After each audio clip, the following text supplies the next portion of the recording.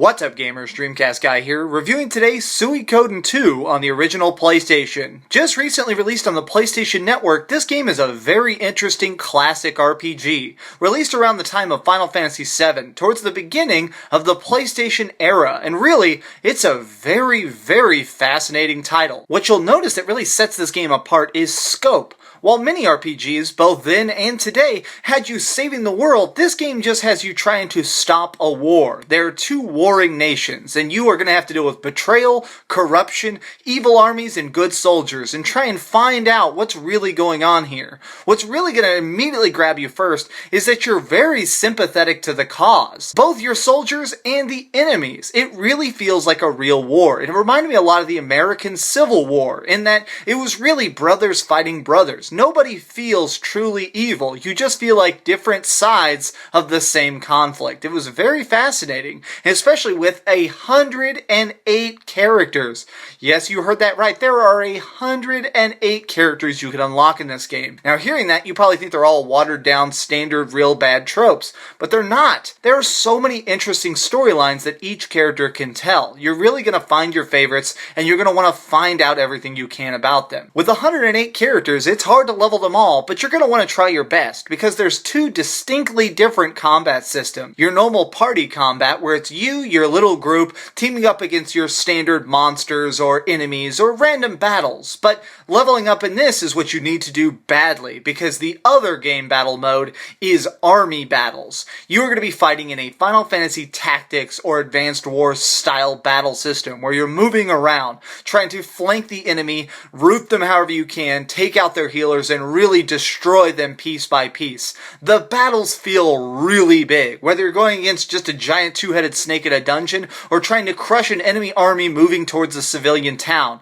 It feels huge. Every battle did feel incredibly necessary, and I think what really helped that was the detailed character animations. While it's just your normal standard classic sprites, they animated it in a very realistic art style. Like, not realistic as in a painting, but everybody's little subtle swaying motions felt animated in a very subtle, almost Pixar way to me. When I see an enemy moving in for an attack, I feel like I can see the little pixels of his arm move in a subtle motion. Makes me actually feel a little bit of terror for my character and hope he's able to successfully dodge a painful attack. That's really what will stick with you longest about this game, is how well they managed to make it seem so alive. There's so much subtlety to this game. The story in this game is huge in scope.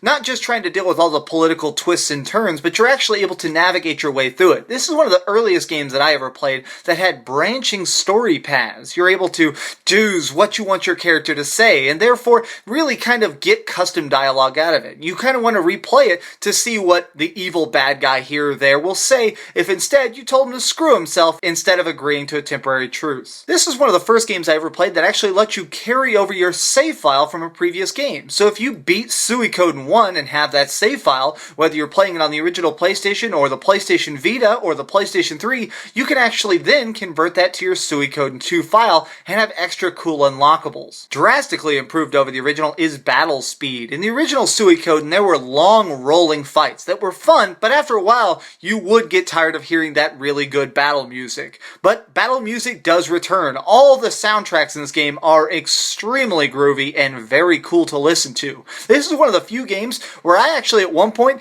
just sat in a town, turned my TV on, and read a book. I am not even joking you. This is one of the few games that I'll listen to in the background because I just enjoy the actual tunes. You can tell that it's made with care. It reminds me a lot of Nobuo Uematsu's work with the Final Fantasy series, a real growing art form of music for an RPG. This game was originally $200 online, but they recently released it on the PlayStation Network, and I'm immensely grateful because this has always been one of those gems of ancient RPG history that was pretty much unreachable unless you had a lot of disposable income. I highly suggest this to fans of really hardcore RPGs. If you played games like the old Golden Suns, if you played Mario RPG, if of you played a lot of the Final Fantasies, this is a very interesting game to sink your teeth into, and it is extremely long. I don't think many people will actually complete it, because it is a huge game with a lot of side quests and a lot of leveling and a lot of big epic battles. But I still think you'll have fun playing it for many hours. Let's go over to the rating board. On a scale of 1 to 10, I give Suikoden II on the PlayStation Network a 9.5 out of 10. I am subtracting a half point because I did not like the weird anime clips they would put in. Sometimes when you meet a new character, it would show their introduction in a little anime sequence, and this felt very strange, where the rest of the world's animations were all done in-game, and the battles felt so vivid and fluid. This felt really strange, and not really the best choice, but at the time I understand that that was probably the best thing they could do to convey really detailed facial animations. So overall, I love this game, and I think if you're at all a classic RPG fan, you're gonna love this because it's so different and so unique. As always, guys, this has been a review from DreamcastGuy, so feel free to share it with your friends, like, comment, and subscribe. But as always, keep dreaming.